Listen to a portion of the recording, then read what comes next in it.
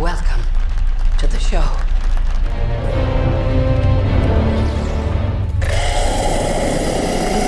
A man is running through a dark forest in Ireland. He seems frightened despite constantly encountering signs with the words "point of no return" in various numbers, indicating either directions or distances to something. However, he fails to escape. Darkness quickly envelops the surroundings. A flock of birds flies overhead and he falls into a pit. In the next moment, an invisible force grabs him and drags him away. Elsewhere in the country lives an artist named Mina, who works in a pet store. One day her boss asks her to deliver a rare parrot to a zoo in a neighboring city, and Mina agrees. She takes the bird home for the night. There, she tells the parrot that her mother died 15 years ago. Suddenly, the bird starts to respond. In the evening, Mina puts on a wig and goes to a bar, where she introduces herself to a guy with a fictitious name, claiming to be a ballerina. In the morning, Mina apologizes to the parrot for her behavior, saying the real her would probably not be liked. Finally, the pair set off on their journey. On the way, her sister Lucy calls, reminding her that she has family and nieces who love and await her. Mina continues driving and eventually ends up on a road leading into an old dark forest. Unexpectedly, the car breaks down and stalls, and the connection also mysteriously cuts off. Taking the parrot's cage, Mina steps onto the road to seek help, but the forest is dark and empty. When she returns to where she left the car, the road is deserted. Mina continues to wander through the quickly darkening area, talking to the bird to keep herself cheerful, and suggesting they name it Darwin. Suddenly, she notices a woman running past and decides to follow her. Mina catches up with her near a small forest cabin, and the woman opening the door orders her to come inside quickly if she wants to live. Naturally, Mina rushes into the cabin. The elderly woman is named Madeline. She has been living here for some time with two other young people, Ciara and Daniel. She immediately orders Mina to stand in front of a mirror because the watchers cannot enter inside but observe from outside, coming every night after sunset. Standing by the mirror, Mina suddenly hears sounds like applause. Madeline confirms her suspicions. The watchers are applauding the appearance of a new object. In the morning, Mina announces that she intends to leave. Although the others assure her it's impossible, she heads into the forest. Madeline catches up with her, explaining that the forest causes hallucinations, but it is possible to survive here. The signs scattered throughout the forest mark the boundary from which a person can reach the cabin before dark. But if you go beyond the boundary, there will be no way back. They were made by a man named the Professor, but where he is now,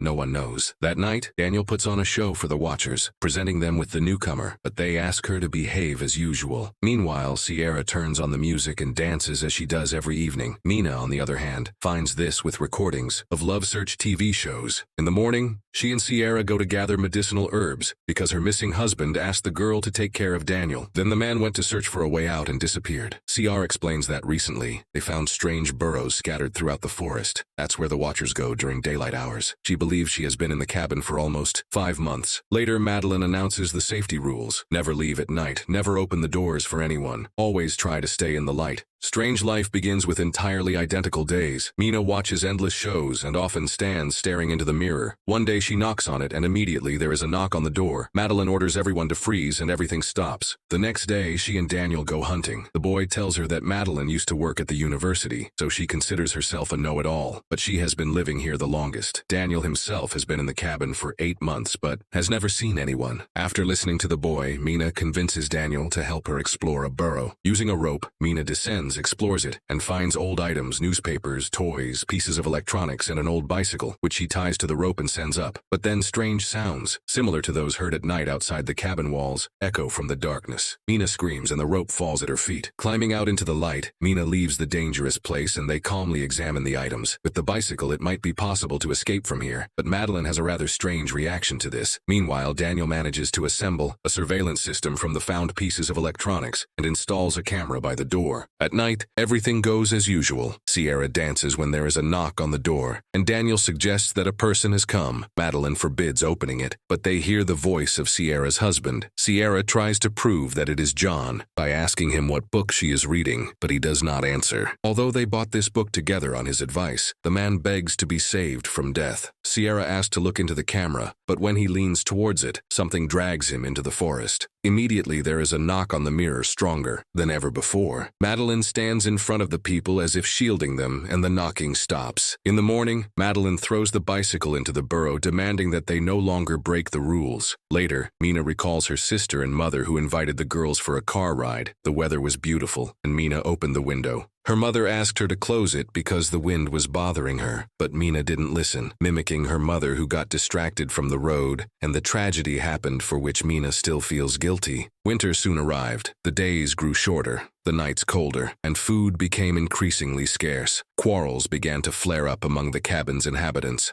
One day, Sierra left for the forest. Mina caught up with her, and she confessed that she felt John was real. She runs to the house from where Daniel's screams are heard, angry with Madeline and Mina, refusing to let them inside. The women hide under a tree and soon see lanky spider-like monsters emerging from the forest, approaching the cabin window and making terrible shrill noises. The watchers stare at Daniel and Sierra, while Mina and Madeline wait for them to leave so they can return to the cabin. When they do, the women rush to the door and beg to be let in. Daniel refuses, and then Mina tells him about her guilt towards her mother. She asks him to understand that he will suffer all his life, realizing that he is responsible for the death of people. The doors open. The four of them immediately stand in front of the mirror, hoping to convince the watchers that they are in place. Madeline admits that she tried to protect them from certain things. She used to teach history and mythology, and unlike them, came here voluntarily. Only here did she realize how dangerous this place was. Once she hunted alone and saw herself at sunset. Not an exact copy, but very similar. The Watchers are an ancient species with many names. Changelings, winged ones, fairies. They study people to impersonate them, and they will never let them leave. Knocks and the voices of the cabin's inhabitants are heard outside. Then Daniel finds a hatch in the floor, which they didn't even know existed. Descending, they discover a well-fortified and equipped living space filled with food and equipment. Mina turns on an old computer, and a video recording shows the face of the professor, whose real name was Rory Kilmartin. He was the first to study the Watchers and tried to learn about their origins. In 1979, the scientist found this place, which he called Wonderland. Every evening, the Watchers came to his window and studied him. For many years before this, the professor's colleagues laughed at him, not believing his tales. Then he built this bunker,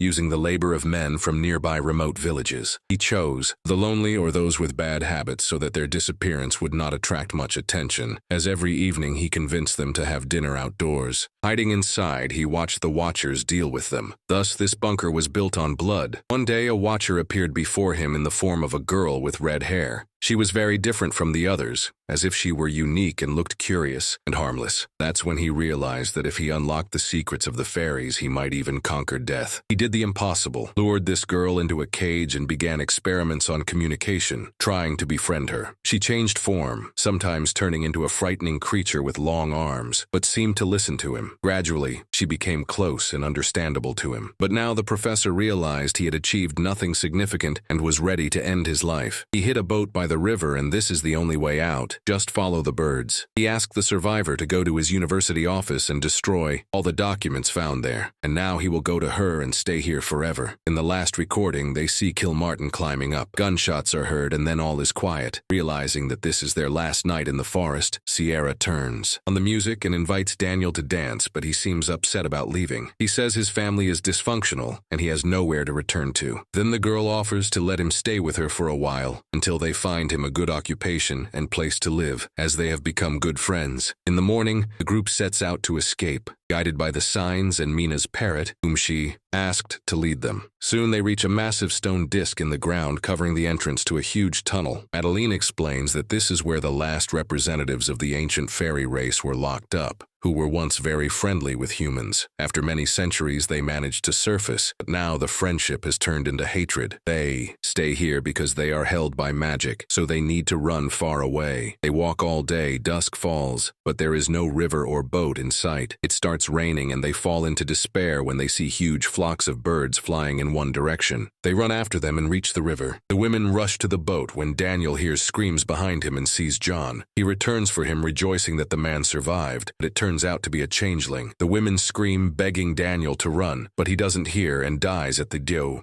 hands of the Watcher, who then takes on his form while Madeline, Mina, and Kiara sail down the river. The women wake up in the boat and see that they have returned to civilization. They stop a bus and ride to the city, listening to music, and only now realizing that it's over. Later, Mina goes to the university where Kilmartin worked, posing as his niece to enter his office and fulfill his last request. There, she finds more documents, photos, and a recording in which he discusses the fairies and the fact that there are still half-blood children in the world. Mina finds a stack of photos and looking at them, seems very surprised. In the evening, Mina goes to Syra's house, showing a photo of Madeleine from the professor's belongings, explaining that it is his wife who died several years ago. So the Madeleine they lived with in the cabin was a special fairy capable of moving during the day. It was she whom Kilmartin caught. He couldn't kill her, and she took on Madeleine's form to return to civilization. Then a car pulls up to the house, and the real Sierra gets out while the one she's talking to is actually a fairy. Realizing she has been exposed, the fairy knocks Mina out and changes shape again, turning into Daniel. They just want to live like other species, but due to human hatred, they are forced to stay underground. The fairy turns into Kilmartin and goes to Mina. In the house, the fairy transforms into her and prepares to kill the girl, but Mina says that there are others like her somewhere, because she is half human, and acknowledges that it was unfair of humans to banish the fairies from their world. The fairy softens and spreads her wings, admitting that Mina might be right, and she flies away. Mina revives Ciara. Later, she reunites with her twin sister Lucy, finally forgiving herself for their mother's death. She tells her about her experience, admitting that she still sees Madeleine appearing in the forms of other people. Her nieces arrive to show Mina a drawing of her and Darwin, whom she still keeps as a pet. Meanwhile, outside, a girl with red hair appears looking at their apartment, windows and taking on the form of a girl with a strange face. This is probably not a horror movie, but rather a scary bedtime story when a child doesn't want to sleep and ask for something frightening. Everything builds up slowly and tastefully, but the ending unfolds somewhat mundanely, although mysteriously.